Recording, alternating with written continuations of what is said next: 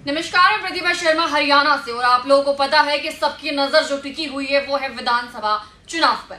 अब एक शख्स ऐसे हैं जो कहते हैं कि विधानसभा चुनाव में कांग्रेस की टिकट जो है शायद अब जो है मुझे मिल सकती है। देखिए, खड़े बहुत सारे दावेदार हैं, लेकिन लोकसभा क्षेत्र में भी कहीं ना कहीं आप लोगों ने देख लिया होगा किस तरह का माहौल जो है वहां पर बना हुआ था। आज मौके पर छत्रपाल सोनी जी हैं, बातचीत कर लेंगे कि अब विधानसभा चुनाव को लेकर क्या कुछ तैयारी जो है इनकी तरफ से भी चल रही है। सर नमस्कार। नमस्कार जी। से पहले मुझे बताइए, इस बात में कितनी एक सच्चाई या कोई अफवाह ये है कि आप जो है अब मैदान में उतरने वाले हैं? इसमें कोई दो राय नहीं। जब से मेरा वोट बना है तब से मैं कांग्रेस के लिए काम कर रहा हूं और हमारे खून में कांग्रेस है। हम कांग्रेस में नहीं है, हमारे खून में कांग्रेस है और इसमें कोई दो राय नहीं। मैं अपने आप को प्रबल दावेदार समझता हूं। शहर की आप गलियों में घूमेंगे, आप पता करेंगे कि हर जगह जनता से मिलना, लोगों के सुख दुख में शामिल होना लगातार। मैं पिछले 20 साल से लगातार इसी काम में लगा हूँ, तो इसलिए मैं कोई दोहराई नहीं समझता। छत्रपाल जी, आपने अभी कहा कि आप प्रबल दावेदार हैं, लेकिन ये बात आप कैसे कह सकते हैं? ऐसी कौन कौन सी चीज, ऐसी कौन सी खासियत होनी चाहिए जिसके बाद आप चुनावों में खड़े हो सकते हैं? ऐसा है कि ये शहर की जनता ही बताती है कि कौन दावेदार हो सकता है।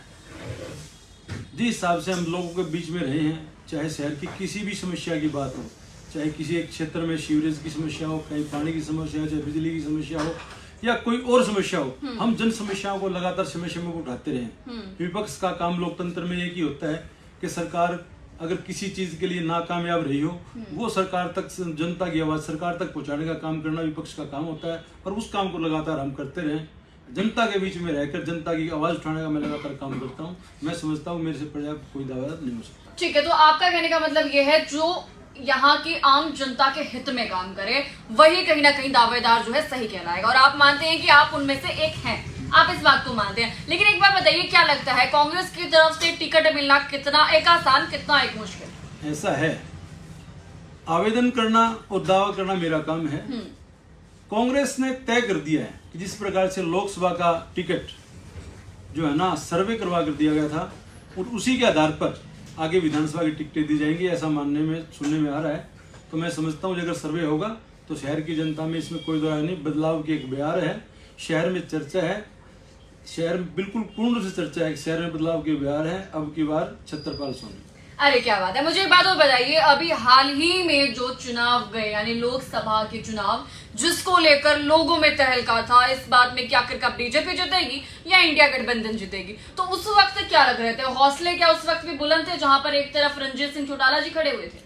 हम शुरू दिन से तय सोच के चल गए थे कि भाई जयप्रकाश जी भारी मतों से जीतेंगे, और वही हुआ। हरियाणा के जो 10 में से हमें लगता था कि 8 से 7 हम सीटें जीतेंगे, लेकिन हम 5 जीत पाए। और इसमें कोई दो राय नहीं कि भाई जयप्रकाश जी जनता की आवाज़ थी, जनता की आवाज़ पर उनको टिकट मिला और विजय हुए। और हमें 100% है कि आने वाले समय में 9 की 9 विधानसभा सीटें कांग्रेस जीतेगी लोकसभा। विपक्ष के कार्यकर्ता कहते हैं कि चलिए माना हिसार लोकसभा क्षेत्र में जीतते हुए नजर आई इंडिया गठबंधन, लेकिन वो थी लोगों की भूल, अब विधानसभा में चटाएंगे धूल। इस बात में आप क्या कुछ कहेंगे? ऐसा है, लोकसभा के चुनाव में कांग्रेस 47-48 सीटों पर विजय होकर चली है, और ये मान के चले कि आने वाले समय में कम से कम 70 सीटों पर कांग्रेस विजय हुई। इसका कारण है कि चौधरी भूपेंद्र सिंह हुड्डा जी के कार्यकाल के दौरान इतना विकास कार्य हरियाणा प्रदेश में हुआ है कि आप सोच भी नहीं सकते। पावर प्लांट की बात कर लें, हरियाणा प्रदेश में 5 पावर प्लांट उनके समय में लगे, लेकिन पिछले 10 साल में मनोहर सरकार ने, भाजपा सरकार ने एक भी पावर प्लांट हरियाणा प्रदेश में नहीं लगाया। चाहे पिछड़ा वर्ग को प्लाट देने की बात तो 100 गज के प्लाट, 4 लाख प्लाटों का आवंटन पिछड़ा वर्ग और दलित समाज के लिए किया, लेकिन इस सरकार ने एक भी प्लाट कोई आवंटित नहीं किया। नहीं, तो ये चीजें आपको क्यों नजर आ रही है? और भी जो लोग हैं उन्हें क्यों नहीं नजर आती? यहाँ आपकी आंखें जो है ज्यादा तरीके से काम करती है, क्या कहना ऐसा चाहिए? है प्रतिभा जी, लोगों को नजर आ रही है तभी तो हम 5 सीटें जीतते हैं। पहले तो हमारे पास एक भी सीट नहीं थी, आज हम 5 सीटें जीतते हैं। और विधानसभा की बात करें तो 47 सीटों पर विजय होकर जो सत्ता में उनको नजर क्यों नहीं आती है? काम तो वहां से होना चाहिए था ना। आप कह रहे हैं वहां से कुछ काम नहीं हुआ, और अगर नहीं हुआ तो वजह क्या लगती है? सत्ता वालों को नजर आ रहा है, तभी तो सत्ता जो है ना थूक कर चाटने वाले काम कर रही है।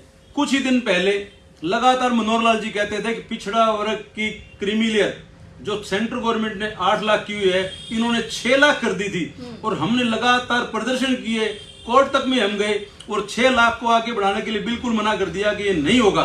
लेकिन आज जब लोकसभा चुनाव का परिणाम आया है, 10 में से 5 सीटें कांग्रेस जीत चुकी है, आज इनकी जमीन खिसकती नजर आई है। तो आज उन्होंने बयान दिया है, मुख्यमंत्री जी ने कहा है कि इसे हम 8 लाख कर रहे हैं। उसका कारण है, उसका एक कारण है कि चौधरी भूपेंद्र सिंह हुड्डा ऑलरेडी कह चुके हैं कि सत्ता में आने के तुरंत बाद इसे 10 लाख करेंगे।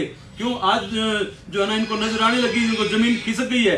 हरियाणा के 10 साल में लाखों युवाओं जो है ना, जिनको एडमिशन होना चाहिए था एमबीबीएस में, इंजीनियरिंग में और में, इनकी गलत नीति के कारण पिछड़ा वर्ग के युवाओं को ना तो रोजगार मिला और ना ही उनको जो है बड़े बड़े जो ना कॉलेजेस में दाखिला नहीं मिला। आप इसके पीछे इतना बड़ा मकसद बता रहे हैं, लेकिन अब तक तो ऐसा कुछ सामने नहीं आया। आप इकलौते एक ऐसा शख्स है जो उस तरह की बातें जो लगातार ऐसा है, आप समझते हैं नहीं आया। ये बौखलाहट बता रही है सरकार की कि आज ये लगातार घोषणाएं कर रहे हैं, बोले इसको 8 लाख कर देंगे, हम 27% लागू कर देंगे। क्यों भाई?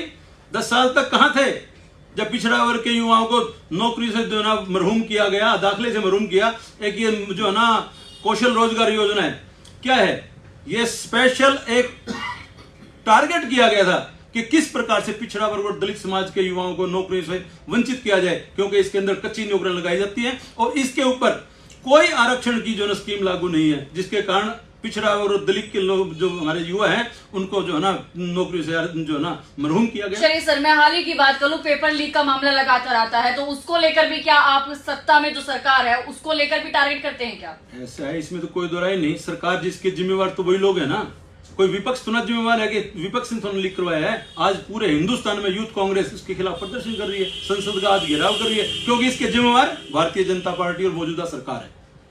इसमें कोई दो राय नहीं। अभी विधानसभा चुनाव की अगर मैं बात करूं तो क्या लगता है, तैयारी जो है सब लोग कर रहे हैं, और सब लोग मतलब आप समझ पा रहे होंगे, कांग्रेस से भी टिकट लेने के लिए काफी लोग, काफी दावेदार जो लगातार चल रहे हैं। मैंने ही ना जाने कितने इंटरव्यूज ले लिए हैं जो कहते हैं हम कांग्रेस से खड़े होने वाले, हमें टिकट मिल सकती है। वहीं आज छत्रपाल सोनी जी मेरे साथ कैमरे पर पहुंचे। छत्रपाल सोनी जी, एक बात बताइए, क्या लगता है किस तरह की तैयारी आपकी तरफ से लगातार चल रही है? तैयारी यही है मैम कि लगातार हम लोगों के बीच में जा रहे हैं और बता रहे हैं सरकार की नाकामियां, और बता रहे हैं हमारे समय में चौधरी भूपेंद्र सिंह हुड्डा जी के नेतृत्व में जो काम हिसार शहर में हुआ, हम लोगों को बता रहे हैं। लोगों को समझ भी आ रहा है कि चौधरी भूपेंद्र सिंह हुड्डा जी ने इतना काम किया है और उसी के दम पर हम मैदान में आज भारतीय जनता पार्टी आज तक कमल गुप्ता जी ये बता नहीं पा रहे हैं कि शहर में उन्होंने क्या क्या कार्य किए, लेकिन कांग्रेस आप अपने दम काम पे दम पर लोगों के बीच में। कमल गुप्ता जी की तो आप क्या ही बात कहेंगे, मुझे तो आज भी वही एक बार बार बात याद आती है। अगर मैं कहीं जाती हूँ तो सीधा एक बात मेरे कटक के लगती है, वो बात ये है कि जहां भी मैं जाता हूँ मुझे पूरे हिसार में एक गड्ढा नजर नहीं आता। जब उन्होंने इतनी बड़ी बात बोली तो मुझे तो लगता नहीं कि भी इसके आगे कुछ बाकी रहता। आप क्या कुछ मानते हैं? गड्ढा तो ऐसा है प्रतिभा जी, आप जहाजपुर की तरफ से ले जाइए, आप गलियों में बढ़कर देखिए, गड्ढा क्या, वहां तो जो है ना समुद्र बना हुआ है, सीवर व्यवस्था खत्म है, सड़क बिल्कुल खत्म है।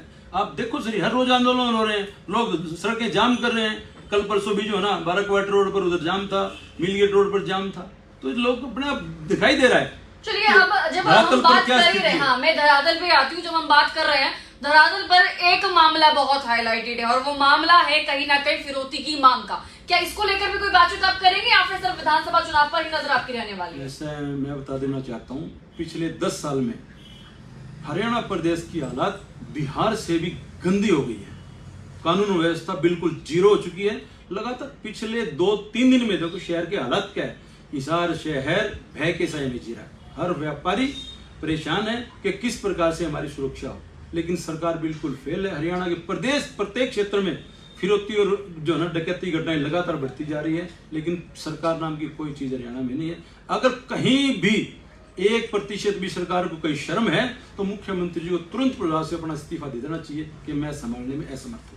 अभी हाल ही की बात करूं, इतनी बड़ी बात आपने कह दी, मुझे लगता नहीं कि इसके बाद एक शब्द जो है मेरी तरफ से रहना चाहिए। चलिए, फिर भी एक सवाल है मेरा आपके लिए। अभय सिंह चौटाला जी अभी कुछ दिनों पहले यहाँ पर आए थे और वो कहते हैं कि चलिए इंडिया गठबंधन जीत गई, बीजेपी जो है हार गई, या जो भी रहा, 5 सीट उनकी आ गई, 5 सीट उनकी आ गई, तो वो दोनों तरफ कहीं ना जो है उनकी लुटिया जो है डूबती हुई नजर आ रही थी। वो कह रहे थे कि कोई बात नहीं, लोकसभा क्षेत्र का था तो नहीं हो पाया, वो कुछ लोगों की मानसिकता ऐसी थी, कुछ मतलब बहुत सारी उन्होंने चीजें बताई।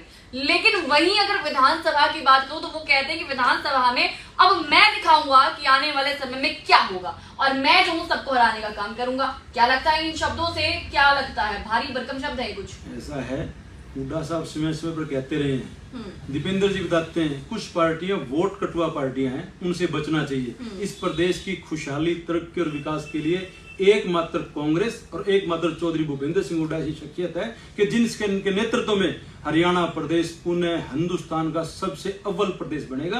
और आने वाले 3 महीने बाद प्रतिभा जी आपको नजर आएगा कि हरियाणा प्रदेश की जनता चौधरी भूपेंद्र सिंह हुड्डा जी के नेतृत्व में, भाई दीपेंद्र हुड्डा के नेतृत्व में, चौधरी उदयभान जी के नेतृत्व में हरियाणा में कांग्रेस की सरकार बनाएगी और हरियाणा हिंदुस्तान का सबसे अव्वल प्रदेश बनेगा। चलिए वीडियो को ज्यादा लंबी ना करते हुए आखिरी कोई मैसेज ऐसा जो आप आम जनता तक पहुंचाना चाहते हैं इस बार विधानसभा क्षेत्र में, जब अगर आपको टिकट मिल जाती है और आप उतरते हैं तो? ऐसा है, क्षेत्र के विकास के लिए चाहे किसी भी तरह की समस्या हो, उस हर समस्या के निदान के लिए कांग्रेस को वोट करें।